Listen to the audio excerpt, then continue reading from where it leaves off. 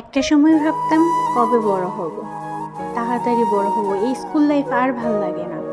এই স্কুলে প্রতিদিন সকালবেলা উঠে উঠে স্কুলে যাওয়া আর ভাল লাগে না। স্কুল পার হইল, কলেজ পার হইল, ভার্সিটি পার হয়ে গেল, বড় হয়েছি, বিয়ে হয়ে গেছে, এখন আমারও একটা বাচ্চা আছে, বেবি আছে, আলহামদুলিল্লাহ। কিন্তু এখন মনে হয় কেন বড় হইলাম, বড় না হইলে হয়তো ভালো ছিল। চোখের পলকে এতগুলো মানুষকে তো আর হারাইতে হইতো না।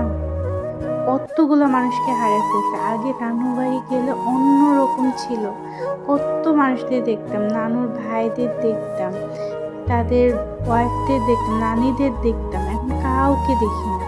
আমার নিজের নানু হারাই গেছে, মনে হয় চোখের পলকে হারাই গেছে। আমার নানু ছিল আলাদিনের মতো, আমাদের সব নাতিদের ইচ্ছাগুলো পূরণ করতো। যখন যা খাইতে চাইতাম, সব থেকে ভালো জিনিসটা সে সব সময় নিয়ে আসতো আমাদের সবার জন্য।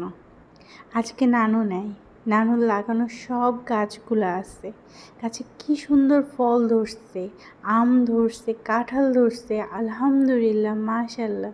কিন্তু নানু নাই। আল্লাহ যেন আমার নানুকে জান্নাতবাসী করেন।